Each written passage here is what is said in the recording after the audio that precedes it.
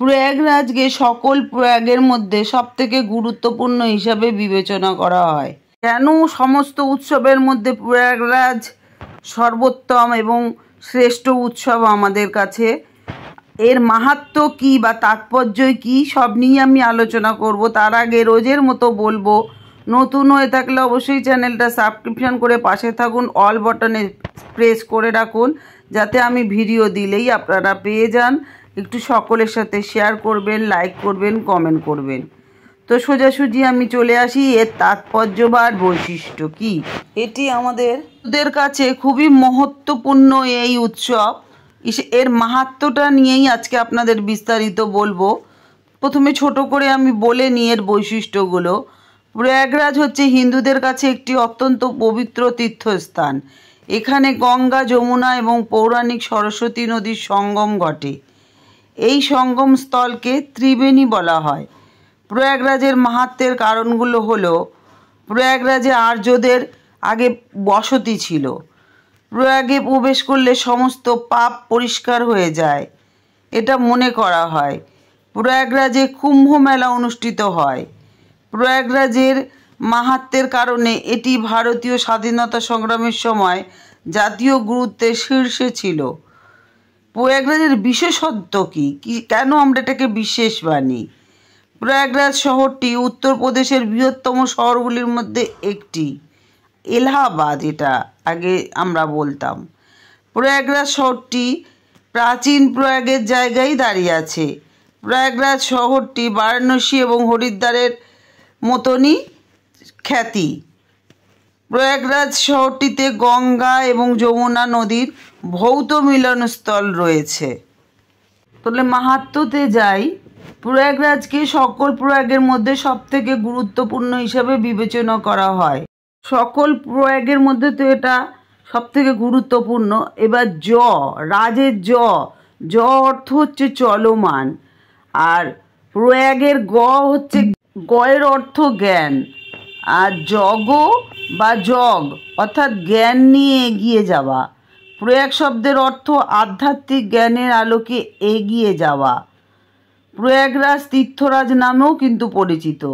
তীর্থ অর্থ নিজের আভ্যন্তরীণ আধ্যাত্মিক যাত্রার পরিপূর্ণতা বা এমন একটি স্থান যেখানে কেউ পরিপূর্ণতা খোঁজে।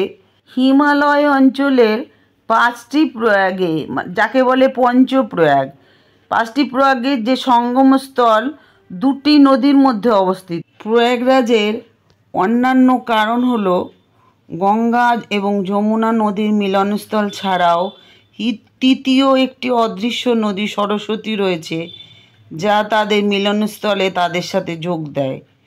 গঙ্গা তার সকল উপনদীর মঙ্গল এবং উপকারিতা বহন করে।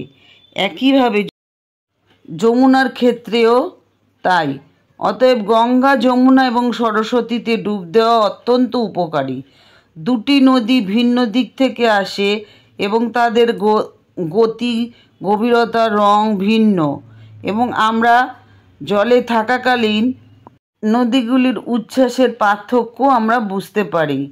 গঙ্গা মানে হলো জ্ঞানের প্রবাহ। তার সাদা রং পবিত্রতার প্রতিনিধিত্ব করে। গঙ্গা ধর্ম বা জ্ঞানের মূর্ত প্রতীক। ভগবান রামের সাথে সম্পর্কিত। তার বাহন হিসাবে কুমির তার জলে উপস্থিত থাকে। কুমির হচ্ছে অজ্ঞতার প্রতিনিধিত্ব করে, তাই কুমিরের পিঠে চড়ে গঙ্গা আধ্যাত্মিক জ্ঞানের সাহায্যে অজ্ঞতার ধ্বংসের প্রতিনিধিত্ব করে। এবার হলো যমুনার অর্থ। যমুনা হচ্ছে আত্মসংযমকারী বা বৈরাগ্য। তিনিও ভক্তির প্রতিনিধিত্ব করে। তার নীল রং গভীরতা এবং শান্তির প্রতিনিধিত্ব করে। ত্যাগ কেবল বাহ্যিক হওয়া উচিত নয়, কেবল অভ্যন্তরীণ ত্যাগই প্রকৃত ত্যাগ বা ত্যাগীকে শান্তি প্রদান করে। যমুনার বাহন হলো কচ্ছপ, যা আমরা তার জলে পাই। কচ্ছপের একটি শক্ত খোলস আছে, তাই এটি অটল বিশ্বাসের প্রতিনিধিত্ব করে। কেবল বিশ্বাসী ত্যাগ এবং ভক্তিকে শক্তিশালী করে। কচ্ছপ আত্মনিয়ন্ত্রণ বা আত্মসংযমের প্রতিনিধিত্ব করে। যমুনা হলো ভগবান কৃষ্ণের সাথে সম্পর্কিত, যিনি বৈরাগ্য এবং প্রেমের মূর্ত প্রতীক। মানে এক একটা নদী এক একজনের সম্পর্কিত বা তাদের প্রতীক হিসাবে আমরা এখানে দেখতে পাচ্ছি। একজন আধ্যাত্মিক সাধকের মধ্যে যখন জ্ঞান অর্থাৎ গঙ্গা, বৈরাগ্য এবং ভক্তি অর্থাৎ যমুনার সাথে মিলিত হয়, তখন তার নিজস্ব প্রকৃতির জ্ঞানের অবস্থা অর্থাৎ মুক্তি, এরই ঐশ্বরিক অভিজ্ঞতার উদ্ভব হয়, যা সরস্বতী নদী দ্বারা প্রতিনিধিত্ব করে। সার শব্দের অর্থ সারাংশ এবং স্ব অর্থ নিজে, অতএব সরস্বতীর অর্থ নিজের প্রকৃতির উপলব্ধি। সরস্বতী শ্রী গোবিন্দর সাথে যুক্ত। গো অর্থাৎ জ্ঞান এবং বিদ অর্থাৎ জানা। গোবিন্দ অর্থ জ্ঞানের মাধ্যমে যাকে জানা উচিত। আমাদের প্রত্যেকের মধ্যে থাকা আত্ম বা চেতনা। সরস্বতীর বাহন হলো হংস বা হাঁস। হংসের হচ্ছে অংশ মানে স বা স, সেটা হচ্ছে অং, অর্থ হচ্ছে আমি সেই সচিদানন্দ। এই কথাটার অর্থ, হংসের কথাটার অর্থটা। তাই প্রয়াগরাজের কাছে যাত্রার গুরুত্ব। যাত্রা অর্থাৎ যান প্লাস আয়ত্রে যাত্রা, এই অর্থ হচ্ছে গতি বা যাত্রা, যা আমাদের সংসারের সমুদ্র অতিক্রম করতে সাহায্য করে। এটি জ্ঞান, বৈরাগ্য এবং ভক্তির মাধ্যমে পরম পূর্ণতার স্তরে আমাদের নিজস্ব আভ্যন্তরীণ আধ্যাত্মিক যাত্রার প্রতিনিধিত্ব করে। তাহলে রাম নামই হলো গঙ্গা, কৃষ্ণ নামেই হলো যমুনা, গোবিন্দ নামই হলো সরস্বতী। যখন একজন ব্যক্তি সর্বকরুণাময় গুরুর সাথে নিজেকে নিযুক্ত করে রাম, কৃষ্ণ, গোবিন্দ দিব্য মন্ত্রে দীক্ষিত হন, তখন তার জীবন সম্পূর্ণরূপে পরিপূর্ণ হয়ে ওঠে। এই তিনটি দিব্য নাম জপ করলে পবিত্র প্রয়াগে স্নানের সুফল পাওয়া যায়, যেখানে গঙ্গা, যমুনা এবং সরস্বতীর সঙ্গম স্থল রয়েছে। শ্রী নারায়ণ তীর্থ বলে সেটাকে। এটাই হলো এর মাহাত্ম্য, গঙ্গা, যমুনা, সরস্বতী অর্থাৎ ত্রিবেণী।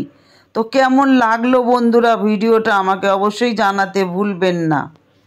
আপনারা এটা জেনে কতটা সমৃদ্ধ হতে পারলেন, আমি কতটা আপনাদের জানাতে পারলাম, আমাকে জানালে আমি খুব আনন্দ পাবো। আর যদি ইচ্ছা হয় প্রয়াগে অবশ্যই যেতে পারেন। তবে আমি বলবো যে এই হারে অ্যাক্সিডেন্ট হচ্ছে একের পর এক। শুনলাম যে ওখানকার রেল স্টেশন মেন যেটা, সেটাও বন্ধ করে দিয়েছে এই ভিড়ের কারণে। তো ভগবান টানলেই এসব জায়গায় যাওয়া যায়। পুণ্যর জায়গায় পুণ্য অর্জন করতে গেলে পুণ্য করতে হবে, তবেই তো ঠাকুর ডাকবে, তাই না? যাই হোক, আমার ভিডিওটা এতক্ষণ দেখার জন্য, আমার সাথে থাকার জন্য আপনাদেরকে অনেক অনেক ধন্যবাদ। ভোলেনাথ সকলকে ভালো রাখুক, সুস্থ রাখুক, আনন্দে রাখুক, এটাই বলবো। বন্ধুরা সবসময় এইভাবে আমার পাশে থাকবেন, সুস্থ থাকবেন, আনন্দে থাকবেন। তো আজকে আসি, আবার দেখা হচ্ছে নতুন আরেকটা ভিডিও নিয়ে। প্রয়াগরাজ জিন্দাবাদ, কুম্ভ মেলা জিন্দাবাদ।